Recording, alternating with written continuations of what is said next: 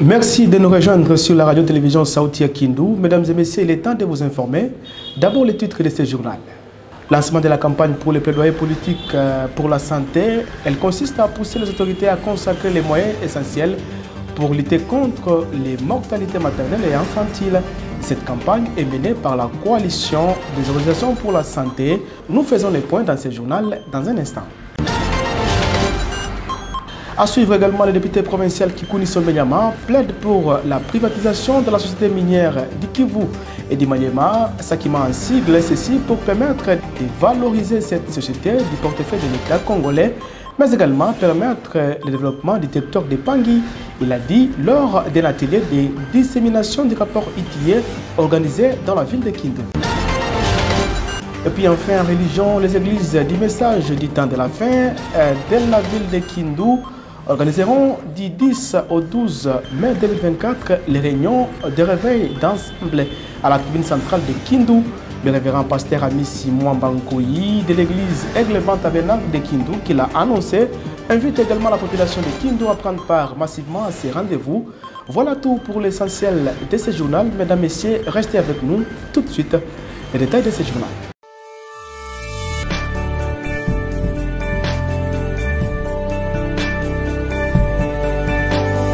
Radio Télé Saoutia Kindou, la chaîne de chaque jour. Bonjour chez vous. On commence d'abord avec les élections du gouverneur et vice-gouverneur ainsi que celles des sénateurs dans la province du Maniema. Comme vous le savez déjà, les députés provinciaux du Maniema ont élu en début de cette semaine Omana Bitika Pascal, Afan Idrissa Mangala, Justin Kalumba Manangongo et Faustin Luanga comme futurs représentants de la province du Maniema à la chambre haute du Parlement. Au poste de gouverneur et vice-gouverneur, les députés provinciaux d'Imanyema ont jeté leur dévolu sur les tickets composés de Moussa Kabankoubi Moïse comme gouverneur et Katisamba Makubouli Corneille comme vice-gouverneur de la province du Maniema. Et les regroupements politiques A24, A25 et AN ont présenté leurs félicitations au désormais sénateur Omana Bitika Pascal ainsi que les gouverneurs et vice-gouverneurs élus par les députés provinciaux. Dans une déclaration lue à la presse à cette occasion, cette plateforme politique chère à Fifi Masuka Saini félicite également les députés provinciaux du Maniema pour leur loyauté. On écoute un extrait de cette déclaration. Félicitons tout d'abord l'autorité morale de notre plateforme, son Excellence Fifi Masuka Saini, pour sa victoire écrasante aux élections du lundi 29 avril 2024, dont elle a été élue gouverneur et sénatrice au Lualaba, pour le compte de la méga plateforme.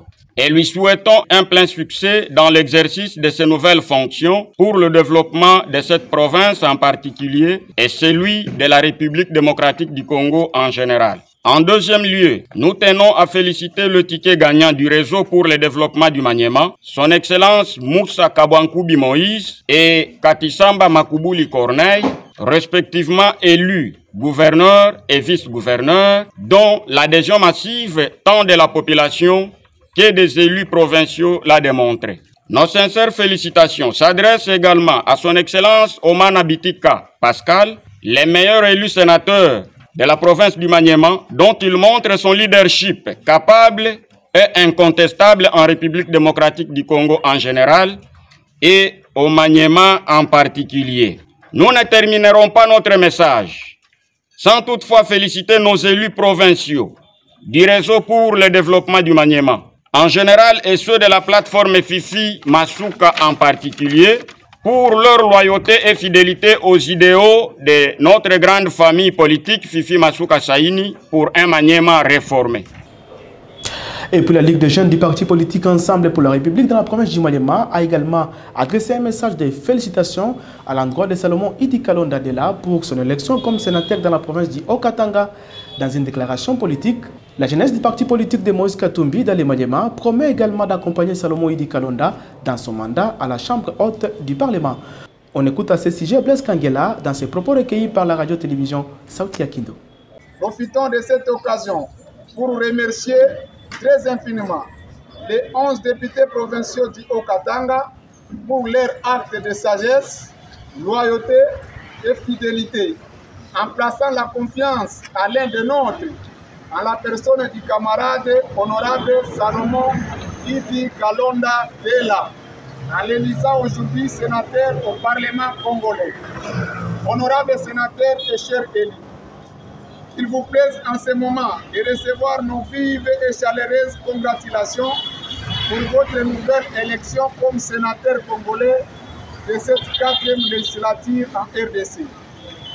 Profitons aussi de vous rappeler que votre Maniema natale garde tout un grand espoir envers vos actions de charité, de bienveillance auprès de sa population qui vit les décades de la paupérisation totale. Pendant que les Haut-Katanga décident de vous braquer les regards en vous propulsant aujourd'hui au niveau national pour lui représenter, plaider, légiférer et contrôler toutes les actions gouvernementales.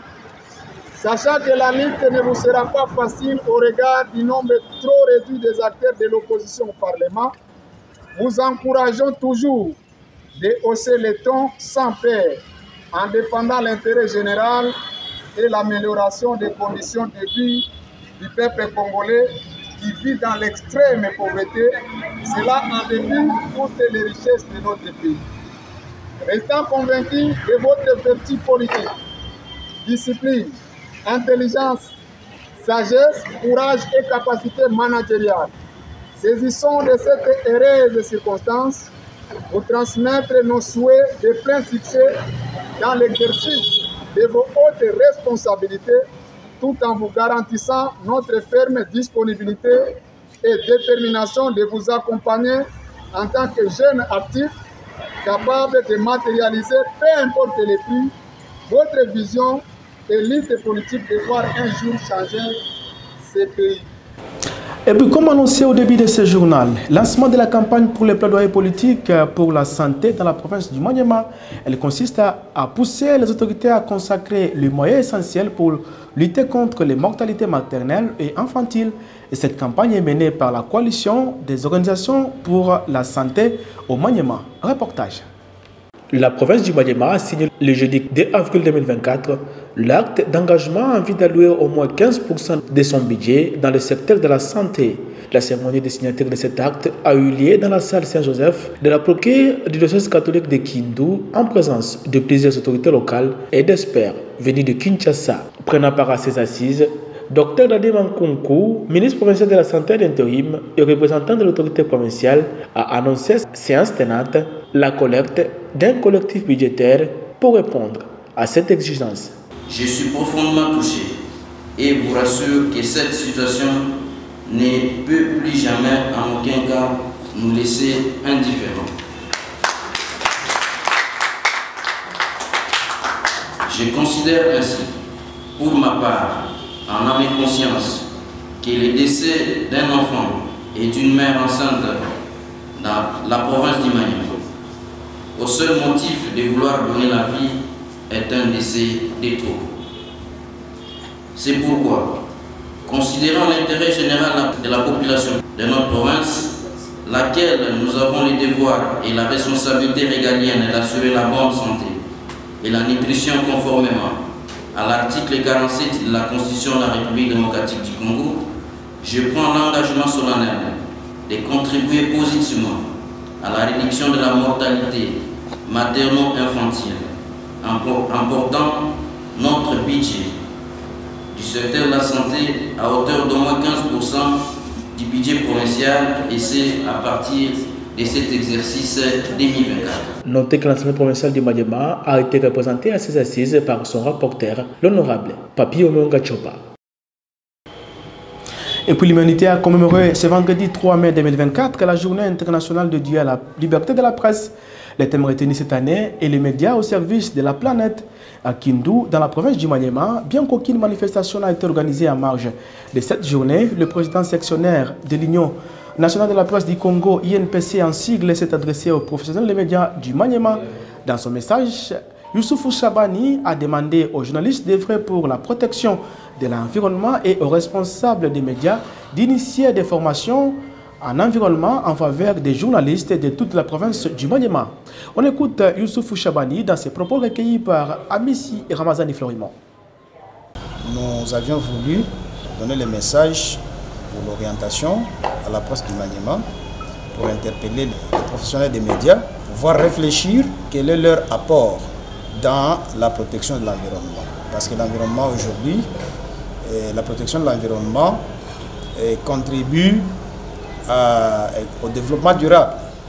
Cela veut dire que l'humanité, actuellement, les gens qui existent, doivent exploiter la nature tout en tenant compte des besoins des générations futures. Alors, les générations futures, les générations qui viendront après nous, il ne faudrait pas qu'ils puissent trouver qu'il n'y a plus rien, tel que nous avons hérité de ce que ceux qui nous ont précédés ont laissé. Alors, c'est ça le rôle de la presse, de pouvoir accompagner les populations, les différentes couches, notamment les ONG, les exploitants agricoles, à les sensibiliser sur les questions liées à l'environnement, sur les questions à la protection de l'environnement, en vue de parvenir à un développement durable. Et c'est par la même occasion que nous voulions toujours demander à ce que les médias, les responsables des médias puissent s'impliquer à faire perfectionner les professionnels des médias, les journalistes, sur les questions, sur les thématiques en rapport avec la protection de l'environnement. Cela tombe à point nommé que dans la ville de Kindu, dans la province du Maniema, je crois qu'il existe certaines organisations, non seulement nationales ou internationales, qui s'intéressent aux questions de l'environnement. Alors nous voudrions à ce qu'un partenariat soit beaucoup plus renforcé dans ce sens-là avec les médias.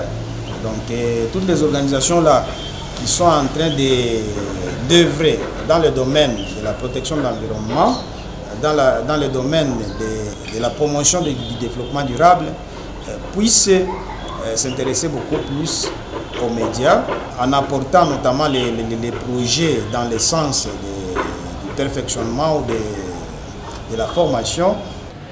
Pour sa part, le mouvement citoyen lutte pour le changement Lucha en sigle salue le travail abattu par tous les professionnels des médias dans la province du Maniema. Dans une interview accordée à la FTSK, Rostini Eradi demande à ces derniers d'initier également des séances pédagogiques pour expliquer réellement le travail qu'abattent les journalistes dans la province du Maniema. On l'écoute. La presse pour nous est un service ami parce que la presse nous a toujours accompagnés dans notre élite de partout où nous sommes. Un service sans lequel nous ne serons jamais entendus. Mais grâce à la presse, toutes nos revendications, toutes nos manifestations, tout ce que nous faisons est divulgué partout dans le monde et on est suivi. Aujourd'hui, on peut parler de la Lucha ou des autres organisations parce que seulement la presse existe et bien et preste bien. Je n'ai pas beaucoup de choses à reprocher, seulement à les remercier pour leur accompagnement. Mais toutefois, il y a des petits problèmes, des petits soucis d'incompréhension entre les gens qui ont besoin des services de la presse et la presse elle-même. D'abord, je commencerai à dire que la presse doit commencer à organiser des séances de formation ou de sensibilisation pour faire comprendre à la population leur métier. Parce que nous vivons des discussions peut-être dans des forums, et les gens confondent les métiers de presse et tout ça. Quand il y a des attachés de presse, il y a des journalistes indépendants et d'autres personnes. Peut-être il y a une confusion. Et des fois aussi, quand vous avez une couverture médiatique, on peut vous demander de payer les transports ou quelque chose comme ça. Il y a d'autres amis qui comprennent mal cet effet parce que on n'a pas le droit de vendre ni d'acheter l'information. Mais on ne sait pas quand est-ce que maintenant il faut payer cela ou ne pas payer. C'est pour ça que je recommande à la presse du Maniema d'organiser des séances de formation ou de sensibilisation pour faire comprendre à l'opinion publique, surtout du Maniema, de leur service, comment ça marche. Un peu cela. Autre titre de ce journal, le député provincial Kikouni Sobenyama plaide pour la privatisation de la société minière du Kivu et du Maniema, simplement en sigle. Ceci pour permettre de revaloriser cette société du portefeuille de l'État congolais, mais également permettre le développement du territoire de Pangui. Ce dernier l'a dit lors d'un atelier de dissémination du rapport ITIE exercice 2021-2020 organisé à Kindu. On l'écoute dans cet extrait. Je vais vous avouer que moi je suis le fruit de la Sominki. né, grandi, étudié grâce à la Soninké. C'est-à-dire je connais le rôle et la place qu'occupe une société d'exploitation minière.